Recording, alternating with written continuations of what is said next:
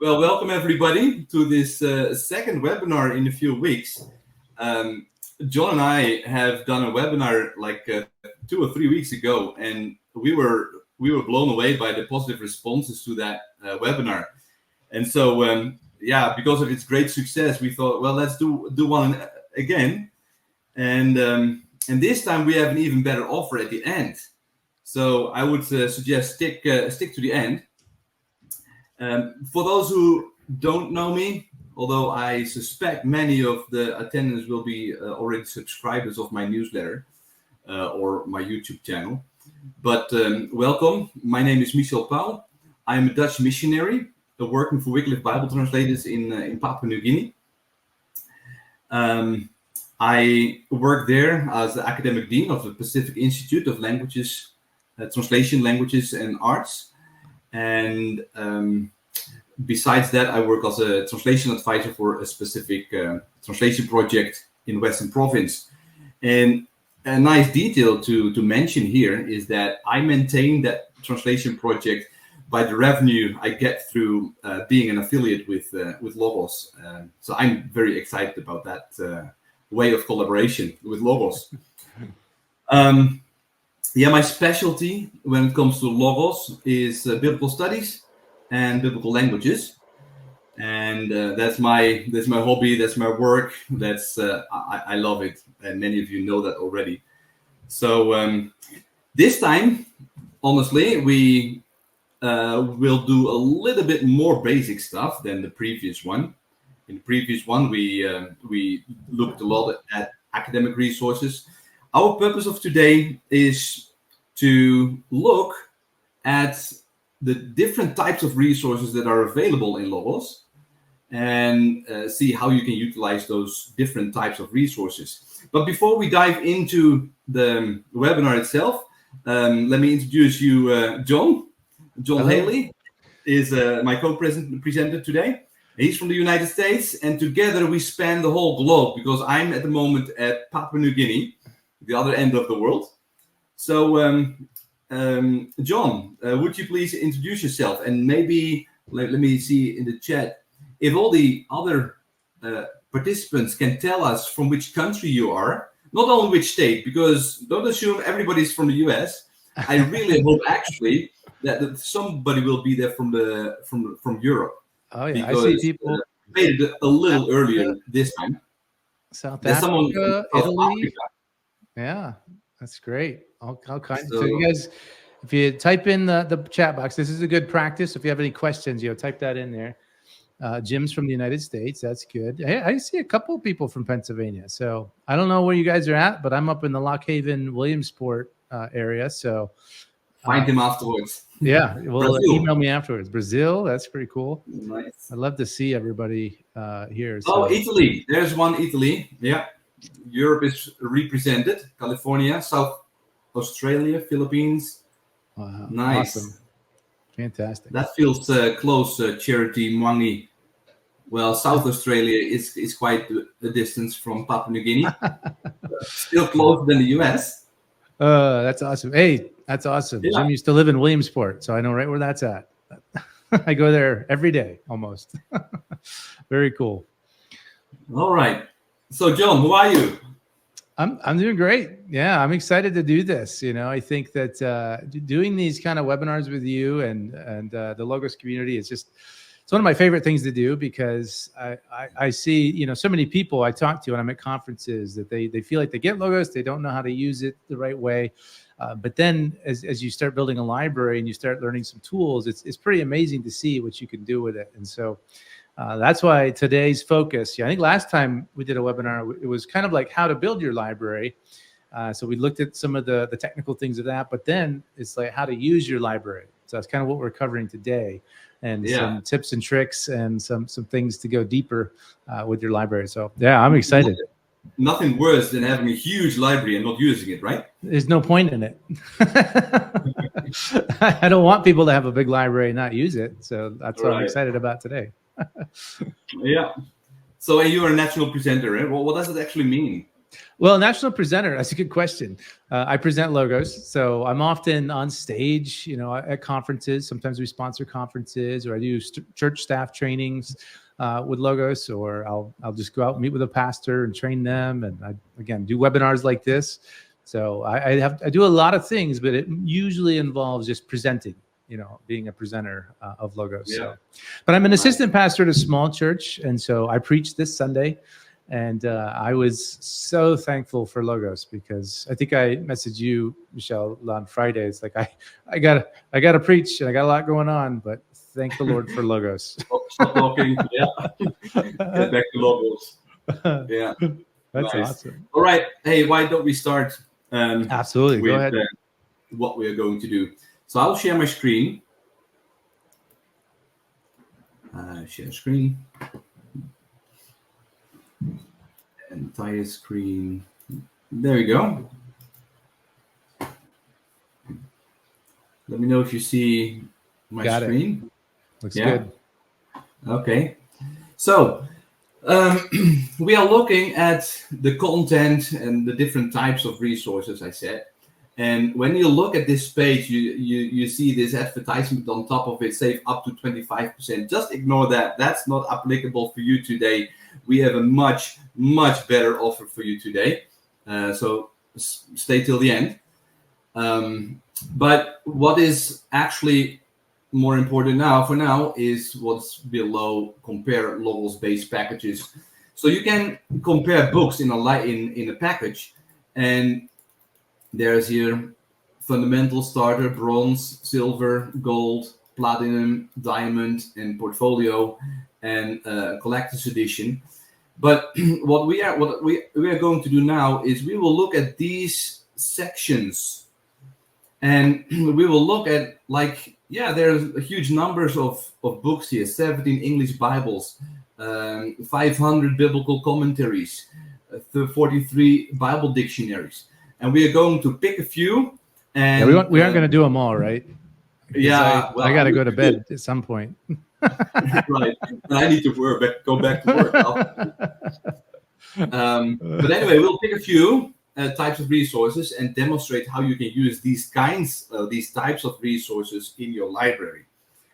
And so I will focus on the platinum, on the higher end packages, because they have most of the sections represented in the packages. So when we look at the English Bibles, many of you may wonder, why in the world would anyone use so many Bibles? I guess, John, you have one favorite Bible. I might have one favorite Bible. Stick to that, and that's fine. Why do I need another version of the Bible? Well, there's actually a very good answer to that. And so in order to show you that, let's go to Logos. And I'll open up let me first open up the NIV. And I go to Acts 16, verse 9. This might be a little bit too small for you guys. So let me make it bigger. So, recently I was teaching a course on exegesis, and we discussed the passage in Acts 16:9, where Paul, during the night, has a vision of a man in Macedonia standing and begging him, come over to Macedonia and help us. Now, I was teaching people who didn't know any Greek. So what do you do if you don't know any Greek and you really want to get an idea of what a word really meant in the original Greek text? So we were focusing on the word begging. Now, there are many ways that you can study this word begging, but one way is to go to the text comparison tool. And I will make it bigger, so full screen. Yeah, is this readable, John? Yeah, that was good. Yeah. Okay. So what we have now here are my like 17 plus Bibles. I don't know if I picked them all, but here are quite a number of Bibles. And what you see is Acts 16, verse 9. displayed in so many different Bible versions. And I have arranged them from literal, like the Lexham English Bible is probably the most literal Bible translation in English, all the way through the Message, which I actually don't count as a translation, but it is very free. Yeah. So let's have a look at what the words are for begging. So here I just read it in the NIV, and we see here the word begging him. But other translations have imploring him, or appealing to him, or he prayed him, he pleaded with him, he was urging him, he was beseeching him, he begged him, and he called across the sea. Yeah. So what you see here by using the text comparison tool is that the same Greek word can be translated actually in many different ways.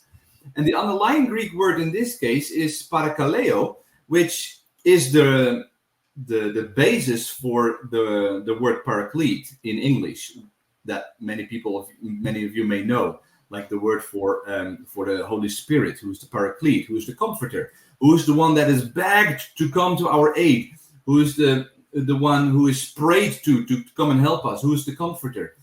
And so as you look at these translations, then you get a feeling of the range of meanings or senses that a Greek word can have. So the point is not like which version do you agree with most or least. The point is really where do versions differ? Because when versions differ, that might exactly be an exegetical topic that you need to research more in depth. So the text comparison tool and having many different Bibles in your library is a great way to fuel your research and your Bible study. And I love how fast you can launch that tool from the selection menu. Yeah, you go to the tool. You just highlight a verse. Well, even in your Bible, you just like highlight a verse and click selection menu, and it pops right up. And I love that. So the next topic is these were the Bibles, English Bibles, and why it is useful to have so many Bibles. Now let's have a look at the commentaries. And for that, we are going to study Obadiah. I'm in the Bible study, and we were studying the book Obadiah. And as I read verse 1, the vision of Obadiah, this is what a sovereign Lord, you see here in Hebrew what the underlying Hebrew is, Adonai Adon, says about Edom. We have heard a message from the Lord, from Adonai, from Yahweh. An envoy was sent to the nations to say, "Rise, let us go against her for battle." Now, when I read this verse, I wanted to study at least two things. I want to study the word vision, and I want to study a little bit more about Edom. So how do I go about that? Now, let me have a look. I always got to say, Michel, while you're setting that up, I always love doing a webinar with you because I often learn something new every time. It's one of the benefits of doing a webinar with a Logos expert and somebody that is very learned in Bible study. So I always have to restrain myself because I'm a teacher. And I usually want to teach people Logos and teach people the Bible using Logos. But in a presentation like this, there's not much time to go very much in depth. But I hope this will be a starting point for many to go in depth, actually. So what I opened here is the passage guide on Obadiah. You go there by going to the guides, and then you select passage guide. And you type in Obadiah 1, and you see a whole list of items that I have included in my passage guide. You can customize this passage guide by removing sections or by adding sections from this list. But my point for now is let's look at the commentaries. Now, most people will not have set up their commentaries in a way like I do, and they might have just a section on commentaries. And what you see now, if you expand that, is you see a whole bunch of commentaries, depending on your library, of course. But in what order are they presented? That's sometimes hard to know. So you can sort by series. You can sort by author, which for commentaries is often not very helpful. You can sort by denomination, but the most useful way of sorting your commentaries is by type. And Logos has this preset of categories: application commentaries, Bible notes commentaries, concise commentaries, exegetical, which is mostly the more technical commentaries. But honestly, I never use this because I like to customize my logos for my purposes. So I want to be more flexible and more precise in my searches. So what did I do? But this is a great start. Anyway, but what did I do? I added here commentaries. I added several sections for the commentaries. Yeah, you can add as many as you want. And then I created different collections of commentaries. And those are focused on textual commentaries, technical commentaries, intermediate commentaries, and actually they follow the flow of a sermon prep in this case. Because if I study a passage in order to prepare a sermon, I ideally start with the source language, the Hebrew or Greek text. And I first want to establish the original text, and that's where I sometimes need the help of textual commentaries. But then I quickly dive into technical commentaries as I study particular words or grammatical constructions in the text, and the technical commentaries are the best for those. But then now let's have a look at, for example, let me have a quick look at my notes. So let's have a look at Edom. So which commentary category would I go to study Edom? Now I would go to background here because I'm searching for background information about the nation of Edom, and I go to the IVP Bible Background Commentary. And I see here an article on Edom. So I click it and I drag it over to the other side.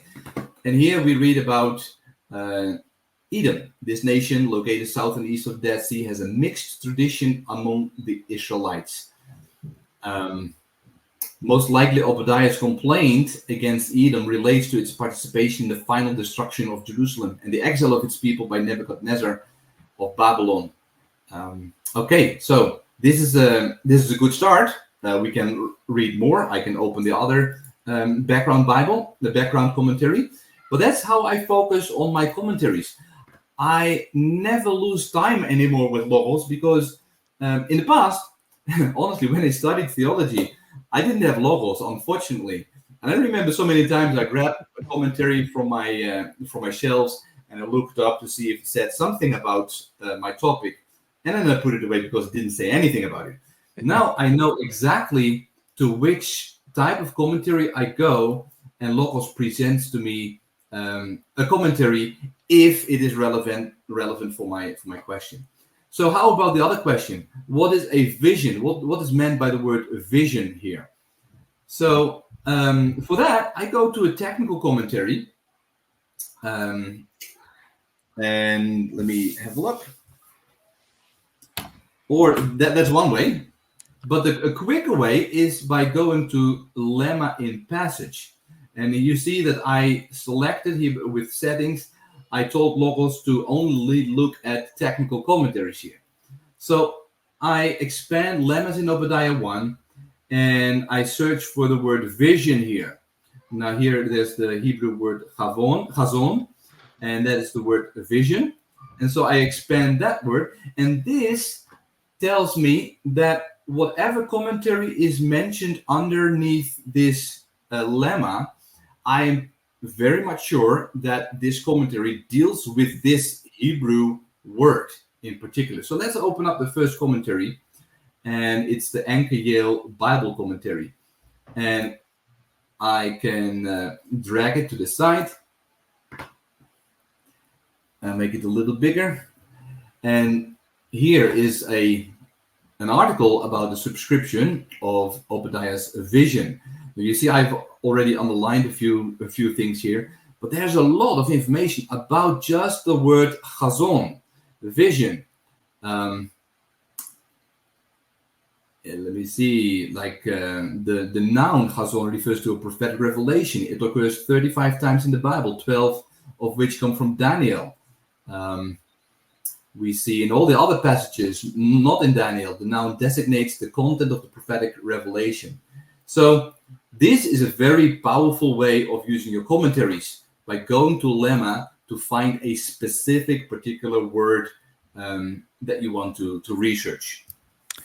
You know, another reason I like that, Michel, about logos is that sometimes you think you look at the commentary, but imagine that if you are going to your shelf and you pull a book off the shelf, and how many places are talking about Obadiah 1, if you could search your entire library, you know, how many things we miss in our library. Yeah. That's what I love about logos, is that you just search that, and then you're going to have every instance in your entire library, no matter how many thousands of books where you find that. So that's awesome. Yeah, and the thing that I like most is that it's pretty efficient, because it takes you right where you want to go, and that saves so much time that you can invest in even deeper study. Absolutely. Well, I think I will turn it back to you. Okay, awesome. Good. I'll share my screen now. Once you stop yours, let's do this here. Because the next section in the list of the types of resources, I don't know if you have the website up, but the next list is Bible and theology dictionaries and encyclopedias. Yeah, there's so many great things and ways to use this. So I thought I would use John 14:7 to kind of talk about this. So I'm going to open up my Bible here, and I've got the ESV. You know, this is my preferred Bible here in my program. And then, in case a little power user tip and trick, I was talking about with Michel right before, that text comparison tool. Highlight your verse, and it's right there. So you can just launch your text comparison tool right there.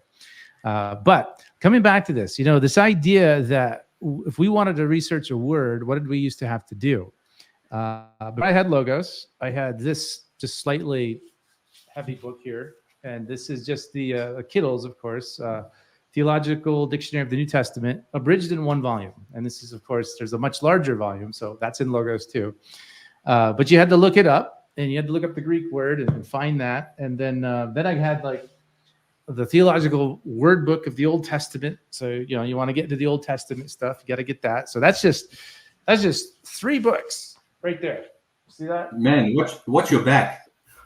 So, you know, and I travel a lot, and so I don't want to have to be, you know, tied down to a physical library when it comes to studying these things. So we have all of these kinds of resources in a Logos library. So when it comes to your dictionaries, theology dictionaries, you know, this is what we can launch right from our Bible. And so there's a few ways we can do this. Now, one of the most helpful ways of doing this, let's say, for instance, that we're looking at this, and this is a fascinating verse to me because another power user tip and trick, just a little side note here, under visual filters, one of my favorite things to have checked as you scroll down here, click on visual filters and corresponding words and same lemma.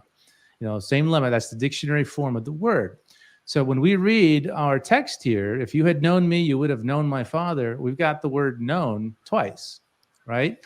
So before I had any of these kind of tools, I wouldn't know anything. But if you click on that word and you've got that box checked, you see how it's highlighting the words that have that lemma behind the text.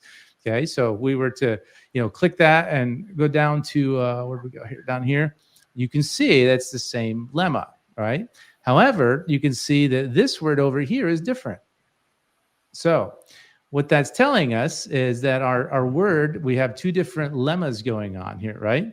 So 2 different Greek lemmas. So if you wanted to study that, here's a couple tips and tricks. And here's where, when you get more and more Bible dictionaries and lexicons, this is going to come into play and be a lot more powerful. So power user tip number 1, highlight your word. That's all you got to do. Highlight it and then just click study. And that launches your Bible word study guide. Now, when you launch your Bible word study, you've got a section up here that's going to have the lemma section, okay? But what's happening is this is going out and it's looking up in every instance, every lexicon dictionary that I have in a Logos library, it's going out and it's giving me hyperlinks to that. So if I click here, that's going to open up the Theological Dictionary of the New Testament. So without having to go pull a book off the shelf, look them all up and constantly flipping through pages, we have that. Here's BDAG. Click on BDAG, and then there you go. You've got your commentary right there. So having this to be able to do this saves you so much time. Whether you're a pastor, you're looking at words, highlight this one, click study. That launches another Bible word study guide. So we can compare these 2 different lemmas. Now, the other thing, though, to keep in mind is that you might not want the whole Bible word study guide, but you also might want to search it. And so, we have this ability here where we've got this translation wheel where when you launch a Bible word study guide, this is giving you all the different places where that lemma is being utilized. Okay, so it's basically doing a search for you. So you can see 318 times there. So if I click on this, that's going to break out the text and show me all of the verses where this Hebrew lemma or this Greek lemma is being translated as know or knowing or knows in the ESV. Okay, so, but it's tying to our dictionaries and our theology books. Now, the other way, though, if you want to get really specific, there's a couple little tips and tricks here that I like to use. The big one, the one I do the most is right-click context menu. So if you don't know what the right-click context menu is, all you got to do, right-click on your word, and you get the context menu that pops up. Now, Michel, I don't know if it's been so long since you've gotten Logos, but when I don't see the context. Oh, you don't see the context menu? Okay, hold on. No. Yeah. Oh, that's weird. Hold on, let me try this again. I've never had that happen. Oh, that's strange. Yeah, you can't see it. Okay, well, I'll skip that for now. But you've got a context menu that pops up that allows you to search. I have never had that happen. I don't know what is going on with that. Let me try another Bible. I'm just curious. You see it on your screen, don't you? I do, yeah. That's a big marker thing. Oh, that's interesting. Very, very different. Okay. Anyways, when you get this context menu that pops up, you'd be able to search and just pull up the specific dictionary that you want. So what I'll do instead of that, because you can't see that, there's also a little shortcut. So, we talked about this in our last webinar, Michel, how we set up prioritized list, right? Mm-hmm. So we can set up prioritized dictionaries and lexicons. And if you go down to your system settings down here, little system settings button, click on that. And what's going to happen, you get this little pop-up here, go to your program settings. And in your program settings, you're going to go down here, go all the way down, and you're going to go all the way down, keep on going. There's a lot of them here. And there's a couple that are kind of pretty cool. There's a double click action and a triple click action. Okay, so when we want to get into looking at a word real quickly, we could launch that Bible word study guide, but maybe we know we just want to look at our preferred. So what you do is you set it up so that a double click, I can go ahead and just double click on that word, and it's going to launch my preferred lexicon or my preferred dictionary. Okay.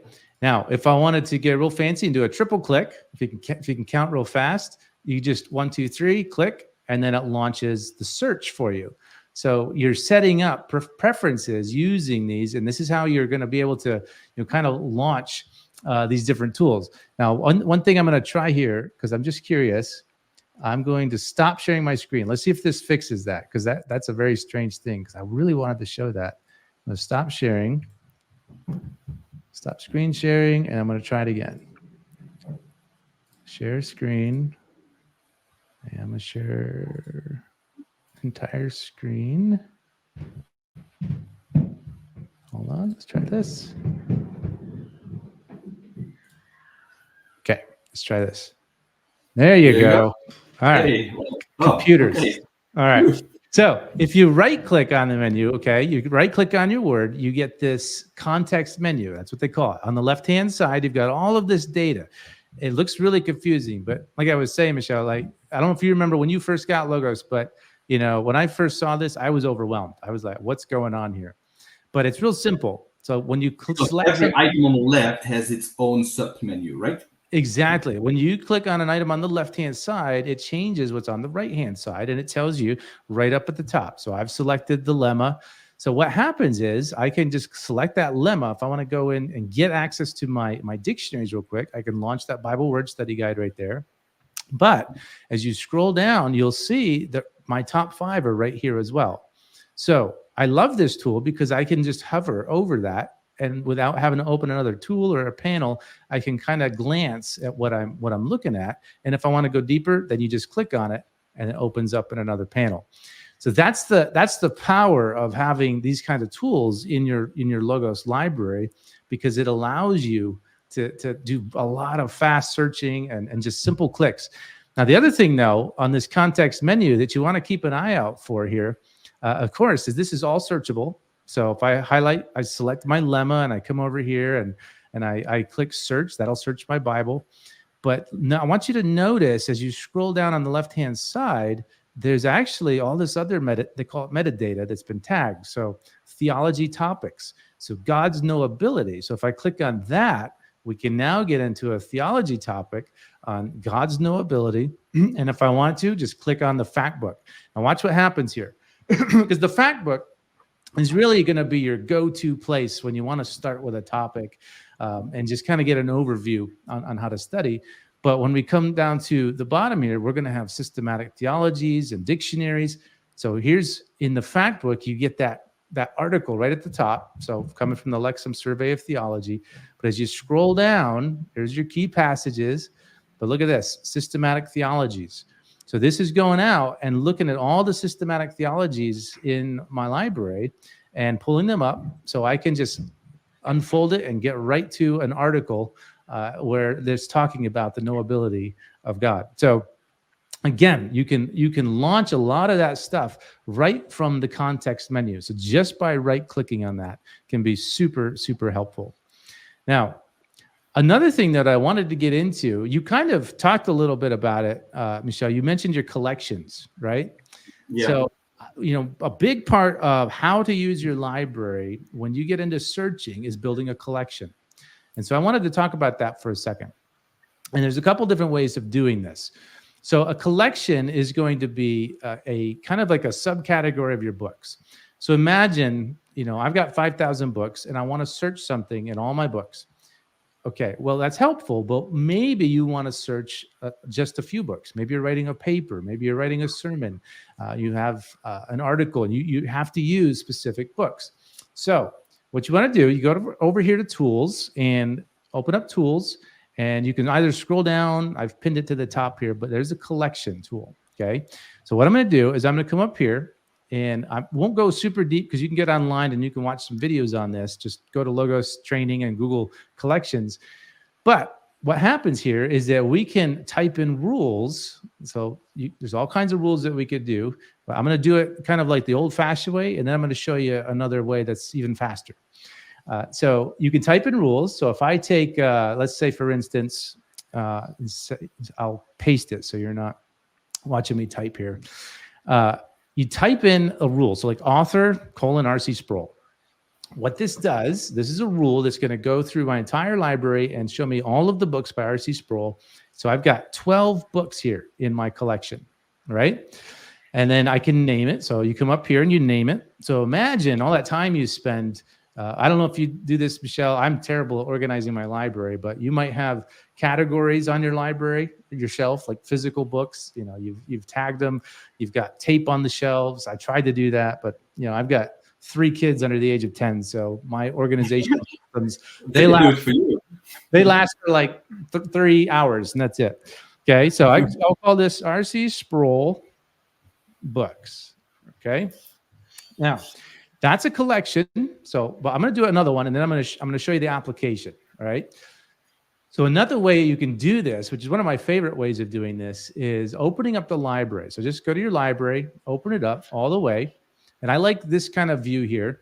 But what you can do is you can filter down. Now you could go down, do all kinds of crazy filters, or in this case, let's say we want to build a collection of the Spectrum Multiview book series. Well, I'm just going to type in multiview. All right. And then instantly it filtered down to 27 books. So I don't know if you can see that. It creates a filter. So it's searching your library. And this is from the Spectrum Multiview book series, which I think is on the silver and above in the standard library. So different books showing you different views on theology and topics and things like that. So let's say you wanted to create a collection of all of these books, right? Well, here's a fast way of doing it. A little power user tip and trick is you can click on the top one. All right. So let's highlight the top one, scroll all the way down to the bottom. All right. And then hold down the shift key and select them all. Okay. So now if I right click, we have the ability to prioritize or search. So we could actually go and launch a search right here, but we want to create a collection so we don't have to do this every time. So you can actually go up here to this info panel right here. Click on that, and there's a little command. Everything blue in logos means something, right? So here is a save as collection. So just click, and you can do a bibliography as well, but click save as collection. And now I've got my collection. No rule. I learned something from you again, John. I was wondering, I have requested this feature to add the possibility of creating a collection straight from the library. Well, there you go. But I didn't know you could go to the three dots there and do it from there. Well, you do it right from the info panel right there. It's not under three dots. Okay. It should be. I wish it was, but that info panel right there gives you the information on your book. But when you select multiple books, it allows you to save them as a collection. All right. You just have to know that or attend these kinds of webinars, right? Yeah, exactly. So I'll name this here multiview. And that's a thing between Michel and I. Is I always learn from him, so it's my goal to try and teach him something. But all right, so multiview books. All right, so that's a collection. But watch this. We've created our collection. In case you're ever wondering where those are at, and because I know there's a lot of power users on here, but if you go to documents, click on your documents, and you've got your filters here, and you can see book collections. So you can filter down to all of your different book collections. Just a side note. All right, but here's where it's applicable. So again, going back to our idea that we want to study a topic, like let's take salvation maybe. If we open up our search tool and you want to search the library, because this is the big thing about having a digital library, is that we can search all our books. So you want to make sure you're on a book search, right? So I'll click books. And then on top of that, what we want to do is if we search the word salvation, I'm just going to search salvation and look at that. I mean, we've got obviously 319,000 results. Not super helpful, right? So the big thing of a collection is if you're studying something, what you want to do is click right here where it says your books, because again, something blue in logos means something. And logos has a lot of presets, but you notice here we've got collections. All right. So if I wanted to search our collection here on RC Sproul, just click that. And now I've got all of the RC Sproul hits. So I've got 718 results where that word is happening in 12 resources. Okay. Now that's super helpful. We've kind of drilled it down a little bit more, but I've still got 718 results. Let's say we do that with the, let's come back over here and do the multi-view book series. So I click that. So there's our search on the multi-view book series. But there's yet another powerful feature that we can do here in our library, and that is this little guy right here. Because as you can see, we've got 1,182 results. So the point of a collection in your library, when you create this and you want to search a word, another step to take it is clicking here, and you can see that you've got all these different search options. So instead of just all the words, what you want to do is click here, unfold that, and here you can actually search the large text, heading text, footnote text, author. And so some of you, if you didn't know this existed, this is going to like blow your mind. But if you click heading text, okay, now I've got 6 results because what's happening is it's going out. I'll click on that. and it's looking at the heading text of different books. So it's honing in on the articles that are going to have to do more about salvation. So again, combining the power of collections, but also searching on the heading text like that is going to be extremely helpful when it comes to your research. So keep an eye on that, and it's really quite helpful, honestly, when it comes down to that. Another way of doing this, though, we talked about this. I'll show this real quickly, but when let's say we search all of our books again. All right, I'm going to come up here, search all books. So I'll go my books. I'll search the word salvation again. Okay, that's all text, tons of them. I'm going to hit right here, select here, and I'm going to search, let's say, wait, hold on, books, all books, my books, all text, and I'm going to search for, as you see, you've got a lot more options when you got more books, because there's different fields in your books, but heading text, okay? So here, I've done this, and I've got 3,711 results in all of those books. So now, again, we're diving down into that a little deeper. But if I go to my guides here, and let's say we wanted to get a little bit more, we can go to a topic guide. All right. So just open your box here, type in topic guide, and here's a guide. So I'm going to open that up over here, and I'm going to type in our word salvation. Okay. So here is our guide on salvation. And I think, hold on a second. That's not what I wanted. Give me 1 second here. I pulled the wrong guide. Give me 1 second. Topical guide, theology guide. Maybe it was a theology guide we were trying. I might have mistyped it here.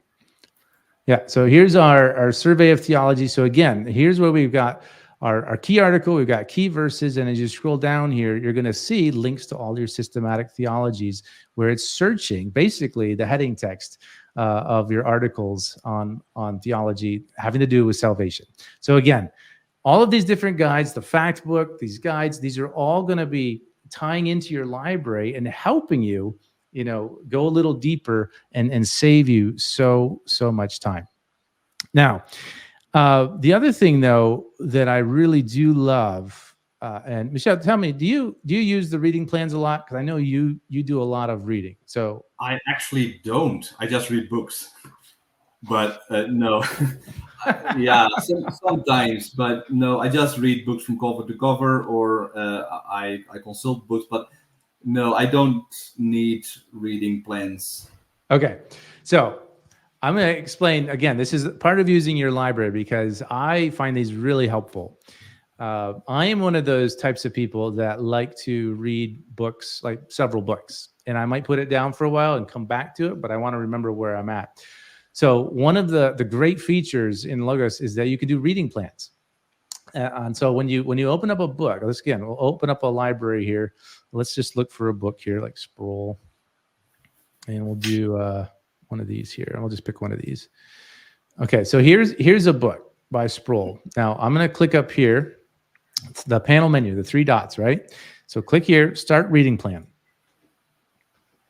Now what happens is that you have the option now to build a reading plan for this book. And what's helpful about this, again, you've got all these highlights that we can get into. We won't do that tonight, but you've got highlighting tools, you've got note-taking tools, but you want to keep track of all of the different books. So Before the Face of God, book 4, all you got to do, come up here, start that reading plan. And what you want to do is click here and you can schedule it. So if you're one of those folks that, and I'm not like this, but if you wanted to say, I'm going to read this book on each Monday, Tuesday, Wednesday, or whatever, or maybe just on weekdays or every day.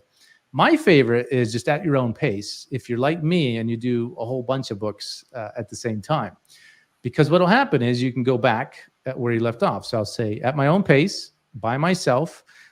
If you're familiar with Faith Life groups, you can actually, share a reading plan with a group of folks too.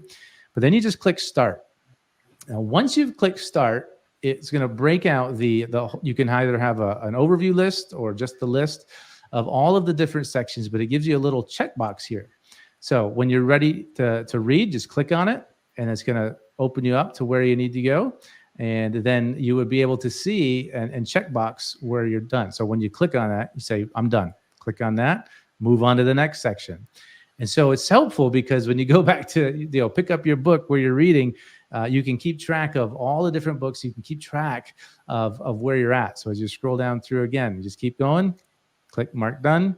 And when you come back to your reading plan, you'll see it's going to start keeping green check marks. The real big thing I like this is that the mobile app is so good. The iPad app is so good when it comes to doing reading plans and tracking your highlights. So I encourage you, get into using reading plans on Logos, because it is I love it, to be honest with you. So I think that's all I wanted to show here for time's sake, because I know you had a few more things to show, Michel. So yeah. I'll let you take it away. Yeah, all right. Let me share my screen again.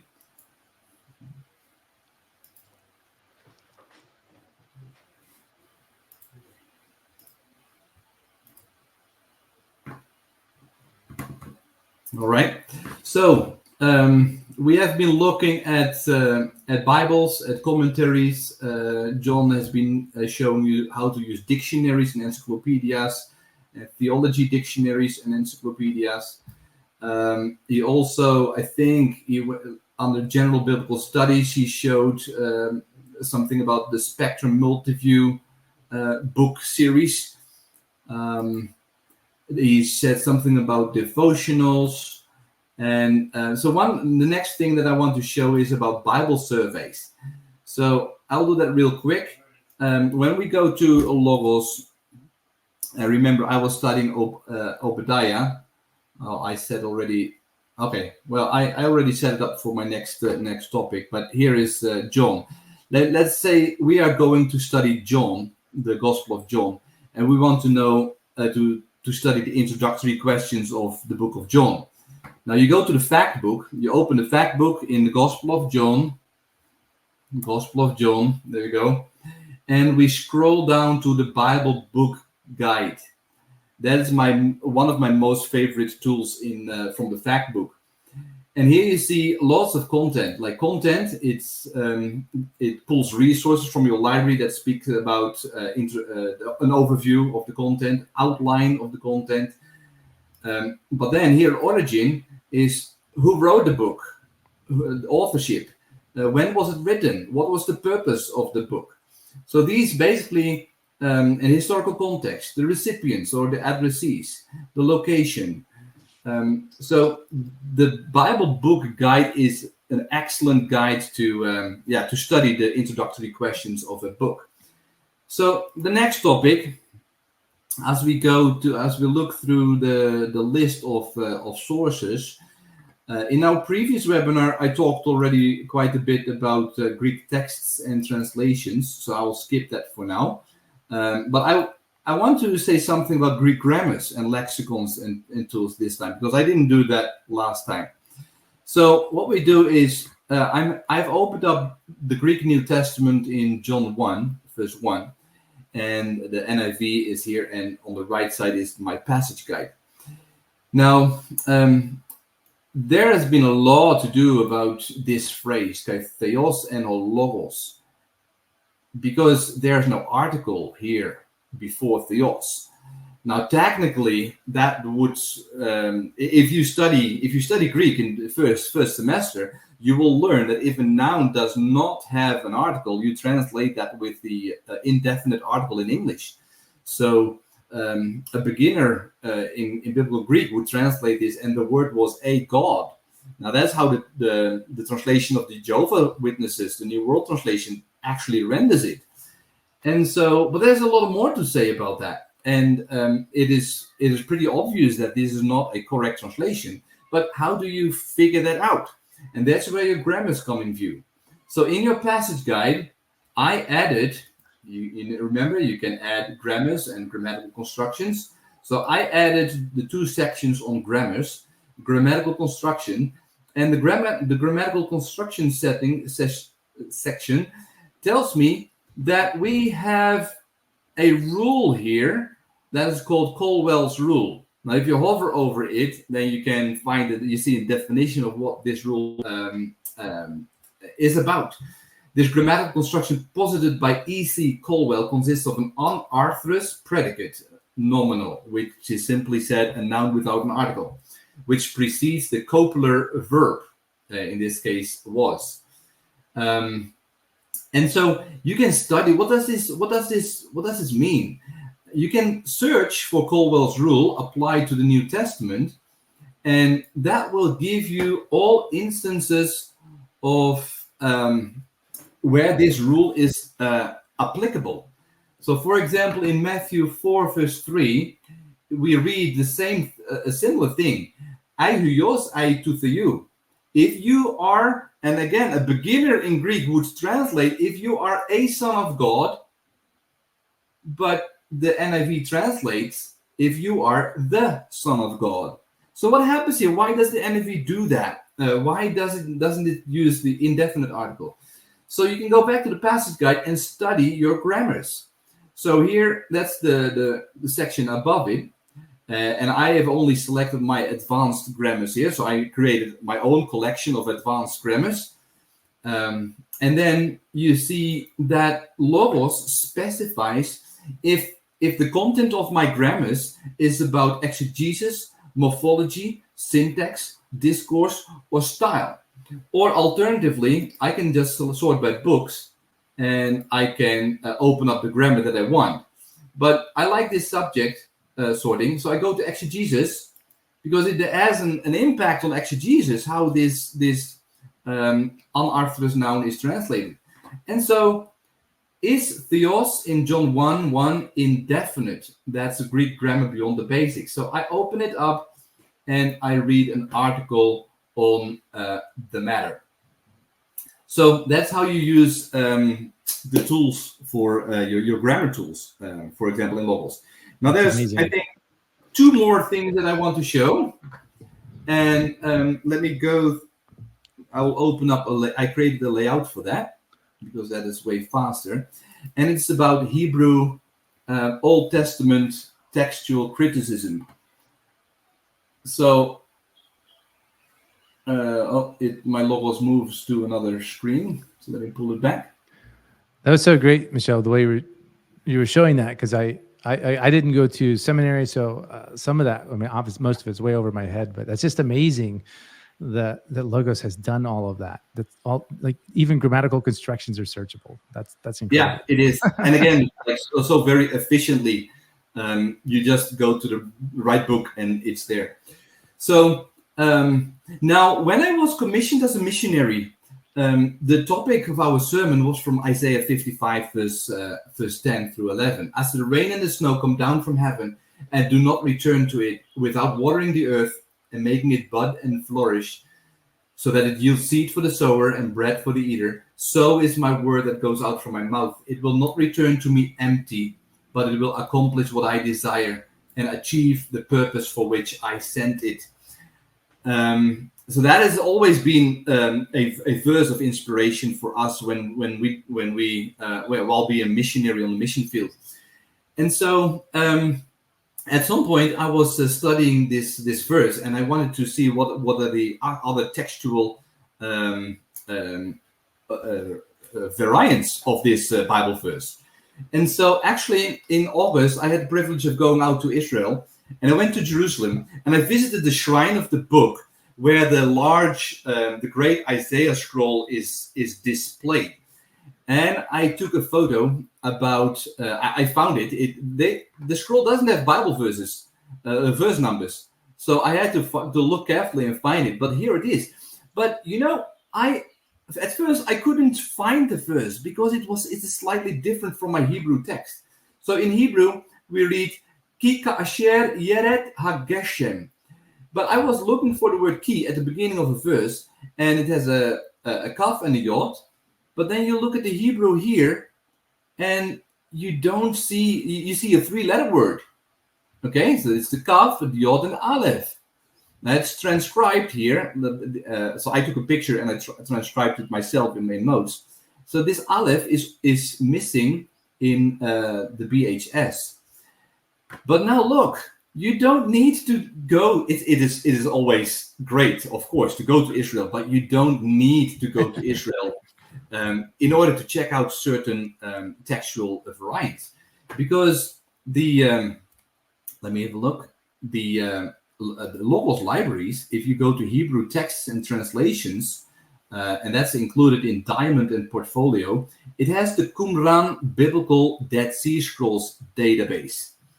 Now, and I'm using that now here on next to the BHS. This is the Qumran scroll from the first cave, the Great Isaiah Scroll A, and I opened it to Isaiah 55 verse 10, and here is the text, okay, of verse 10.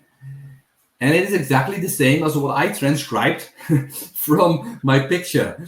So, but I just have it at hand, and I love it. And you can do textual critical research on your Hebrew Bible referring to the Dead Sea Scrolls. So, so I saw a question in the chat about journals. How do we find and use journals for research purpose? Now, I'm not going to cover that in this webinar because we did that in the previous webinar.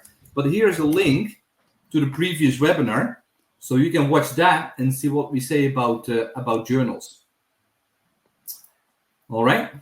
So let me. I think there's a final topic that I would like to. Is it okay, John? One more topic about absolutely. Doing great. So let me finish. Let me close all panels here, and then open my favorites.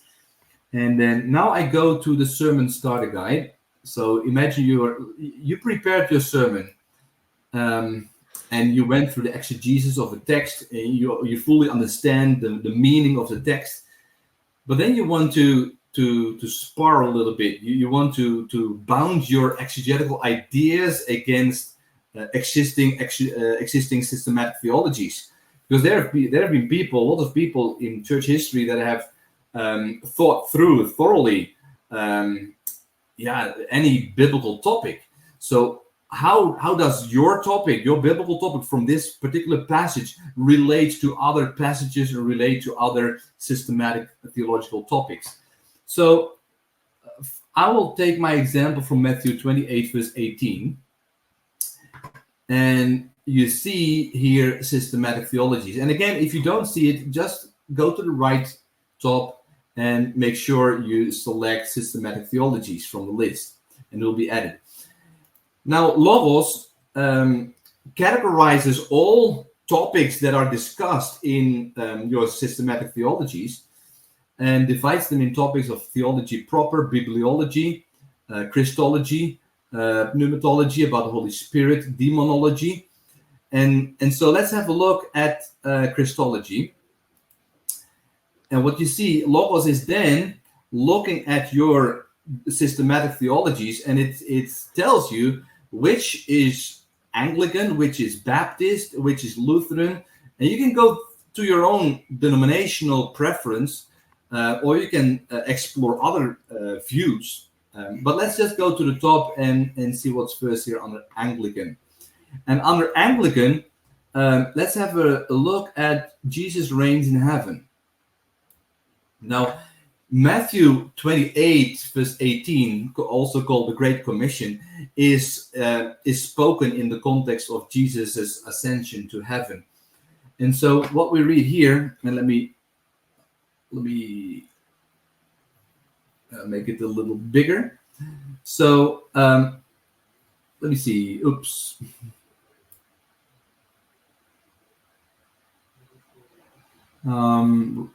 Concise theology. Do I have the right one? Yeah. So what you see here is you can read about Christ rules over all the spheres of authority that exist, both angelic and human. And Matthew 28 verse 18 is mentioned here. And you can read what this dogmatic resource, systematic resource is telling us about this topic. Let me have a look. Christology. I think there was another one that I wanted to share here. There we go. Yeah. So here you see that this author, and if you go to it is Packer, not the least of the theologians. And he speaks about the essentials from one standpoint, the restoration of the glory that the Son had before the incarnation. From another, the glorifying of human nature in a way that had never happened before. And from a third, the start of a reign that had not previously been exercised in this form. So the ascension establishes three facts: Christ's personal ascendancy, and that's where Matthew 28 is mentioned, Christ's spiritual omnipresence, and Christ's heavenly ministry.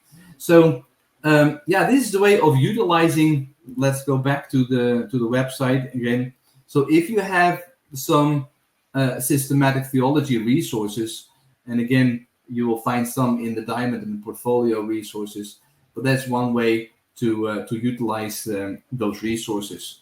Yeah, I wish we could continue, John, but I think we have to stop here because time is up. That's all right. Well, we got exciting news though, don't we? Let me go ahead and stop sharing your screen. I'll share mine next. Yep. And I think I remember what I did wrong on the share entire screen. Okay. You see that? All right. Real quick, you had that question. We're not going to go through how to search journals, but I want to talk about that for a second. And I do want to show you a quick tip and trick because there's many, many different ways that Michel uses. So definitely watch the other webinar he put in the chat there. But one of the quick ways here, if you click on search, open up your search tool, go to your books. Remember what I said is that there are some already like created categories for you. So if you scroll down, you've got your Bibles, you've got collections, which is what you build, but then you've got book types. And so this is out of the box. So you buy Logos or you upgrade or whatever, you get the Diamond package that has the journals, or maybe you buy another journal bundle, click on that. And now you can search that word salvation in just your journals, which is pretty incredible. You know, when you think about that, you're searching your entire library. Again, 30,000 results. It's kind of crazy, but you can sort by the book, by the author, by the type of resource, which in this case, it's all journals. So that's one way of doing it. But again, if you click here and I'm just curious here, we go to heading text or title. And now we've got 326 results in 179 resources. So again, a quick way of just showing you how fast you can search. You could even do Bible verses, by the way. So, you know, if we were doing John 1:1, type in John 1:1, and now I'm searching just my journals in the heading text for John 1:1. And you can see all the different places where that's showing up. And that's much, much more precise. So again, just a quick view of the power of a Logos library. But today, Michel, this is crazy. I don't know so we have an academic discount. This actually can go beyond that. So we have up to 35% off for anybody I was just saying, like, I usually offer 30% to my academic friends. Yeah. So we've got staggered discounts. So I'm going to talk through it real quick. Monthly payment option. We do have other languages, different libraries, but we do have Spanish, bilingual. You know, I see other people from all over the world here. But we have a website, so logos.com/Pauw. And again, you all know this because I think a lot of you, if there aren't anybody that's not on Logos, I'd be shocked. But if some of you don't have Logos, you can install this on all your devices. And so especially if you get into reading plans, use the iPad app or the Android app to read. It's amazing. We should do a whole webinar on just creating custom highlights, which is really cool.